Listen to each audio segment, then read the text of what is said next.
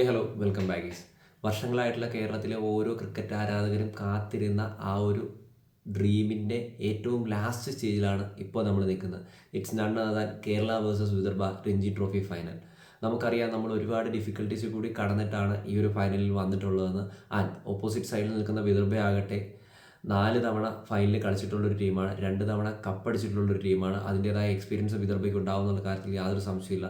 പോരാത്തതിന് semi final സ്റ്റേജിൽ മുംബൈയെ 80 റൺസിന് തോൽപ്പിച്ചിട്ടാണ് അവർ ഈ ഒരു ഫൈനലിലേക്ക് കടന്നിട്ടുള്ളത്. കേരളത്തിൻ്റെ ഡിഫിക്കൽട്ട് ജേർണിയെക്കുറിച്ച് ഞാൻ കൂടുതൽ പറയേണ്ട കാര്യമില്ല. ക്വാർട്ടർ ഫൈനലാണെങ്കിലും സെമി ഫൈനലാണെങ്കിലും നമ്മൾ കണ്ടതാണ്. ചരിത്രത്തിൻ്റെ ഏടുകളിൽ കുറിക്കപ്പെടുന്ന രീതിയിലുള്ള വിജയമായിട്ടാണ് സെമി ഫൈനലിൽ നിന്നും ഫൈനലിലേക്ക് കേരളം ക്വാളിഫൈ ചെയ്തിട്ടുള്ളത്. സോ എന്നിരുന്നാലും കേരള ക്രിക്കറ്റിനെ ഇഷ്ടപ്പെടുന്ന ഒരുപാട് പേരുടെ ഒരു ഡ്രീമാണ് ഈ അടുത്ത 5 ദിവസത്തിനുള്ളിൽ സംഭവിക്കാൻ പോകുന്നത് എന്നുള്ളതാണ് ആശ്വാസത്തോടെ പറയാൻ ആഗ്രഹിക്കുന്നത്. അല്ലെങ്കിൽ അങ്ങനെ റിസൾട്ട് ഉണ്ടാവട്ടെ എന്നാണ് ആഗ്രഹിക്കുന്നത്. ആൻഡ് ഈ ഒരു മത്സരത്തിലേക്ക് നമ്മൾ വന്നു കഴിയുമ്പോൾ നമുക്കറിയാം, ഡിഫിക്കൽട്ടാണ്. ബോളിംഗ് സൈഡും അതോടൊപ്പം തന്നെ ബാറ്റിംഗ് സൈഡും നല്ല രീതിയിൽ വെൽ ബാലൻസ്ഡ് ആയിട്ടുള്ള ഒരു സ്ട്രോങ്ങസ്റ്റ് സൈഡ് തന്നെയാണ് വിദർഭ. കേരളം ഇത്തവണ ഒട്ടും മോശമല്ല. നമ്മുടെ മാക്സിമം പൊട്ടൻഷ്യൽ പുറത്തു കൊണ്ടുവരാൻ കോച്ചിനെ കൊണ്ട് സാധിച്ചിട്ടുണ്ട്. അതിൻ്റെ വിജയം തന്നെയാണ് നമുക്ക് ക്വാർട്ടർ ഫൈനലിലും സെമി ഫൈനലിലും ഒക്കെ കാണാൻ സാധിച്ചിട്ടുള്ളത്. നമ്മൾ വിദർഭയിലേക്ക് വന്നു കഴിയുമ്പോൾ നമുക്കറിയാം, മലയാളിയായിട്ടുള്ള കരുൺ നായർ അവിടെ കളിക്കുന്നുണ്ട്. പോരാത്തതിന് ഓൾറെഡി ഞാൻ പറഞ്ഞ പോലെ തന്നെ ബാറ്റിംഗ് സൈഡും ബോളിംഗ് സൈഡും നല്ല സ്ട്രോങ് ആണ്. ഇവിടെ വിദർഭയ്ക്കെതിരെ നമ്മുടെ മെയിൻ അസ്ത്രം എന്താണെന്ന് വെച്ച് കഴിഞ്ഞാൽ നമ്മുടെ സർവാത്ത തന്നെയാണ്. കാരണം സർവാത്തയ്ക്ക് അറിയാം എന്താണ് ആ ഒരു പിച്ചിൽ സംഭവിക്കാൻ പോകുന്നതെന്ന്. ഓൾറെഡി പിച്ച് കണ്ടീഷനെ കുറിച്ച് ഒരു നല്ല അവബോധം ഉണ്ട്. എന്താണെന്ന് വെച്ച് കഴിഞ്ഞാൽ, വന്നിരിക്കുന്ന റിപ്പോർട്ടുകൾ പ്രകാരം പിച്ച് നമ്മൾ സെമി ഫൈനൽ കളിച്ച രീതിയിലുള്ള തന്നെ ടൈപ്പ് ഓഫ് പിച്ചായിരിക്കും.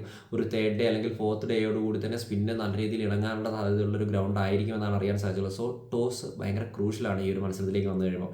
ടോസ് കിട്ടിയാൽ ഏത് ടീമാണെങ്കിലും ബാറ്റിംഗ് എടുക്കാനുള്ള സാധ്യതകൾ കൂടുതൽ, അല്ലെങ്കിൽ 99.9% ആൾക്കാർ പറയുന്നത് ഈ ഒരു ബാറ്റിംഗ് എടുക്കാനായിരിക്കും സാധ്യതകൾ കൂടുതലെന്നാണ്. അങ്ങനെയാണെങ്കിൽ നമുക്ക് സെമി ഫൈനലിൽ പോലെ തന്നെ ഒരു സ്ട്രോങ് ആയിട്ടുള്ള ഒരു ടോട്ടൽ അവിടെ പടുത്തുവരുത്താൻ സാധിച്ചു കഴിഞ്ഞാൽ അത് വലിയ രീതിയിലുള്ള ഇമ്പാക്റ്റ് നമുക്കുണ്ടാക്കും. ഒരു 3 ഡേ ഒക്കെ ബാറ്റ് ചെയ്ത് നല്ല സ്ട്രോങ് ആയിട്ടുള്ള ഒരു 500 അടുത്ത്, കഴിഞ്ഞ ദിവസത്തെ പോലെ 500 അടുപ്പിച്ചുള്ള സ്കോർ ബിൽഡ് ചെയ്യാൻ സാധിച്ചു കഴിഞ്ഞാൽ ഭയങ്കര രീതിയിലുള്ള ഒരു ഇമ്പാക്റ്റ് ഉണ്ടാക്കാൻ സാധിക്കും. വിദർഭയെ സംബന്ധിച്ചും കോൺഫിഡൻസിന് കുറവില്ല, കേരളത്തിനെ സംബന്ധിച്ച് ഇപ്പോഴത്തെ കോൺഫിഡൻസിന് കുറവില്ല. നല്ലൊരു മൊമെൻറ്റം കീപ്പ് ചെയ്ത് തന്നെയാണ് from the group stage two this ഇപ്പോൾ കേരളം വന്നിട്ടുള്ളത്.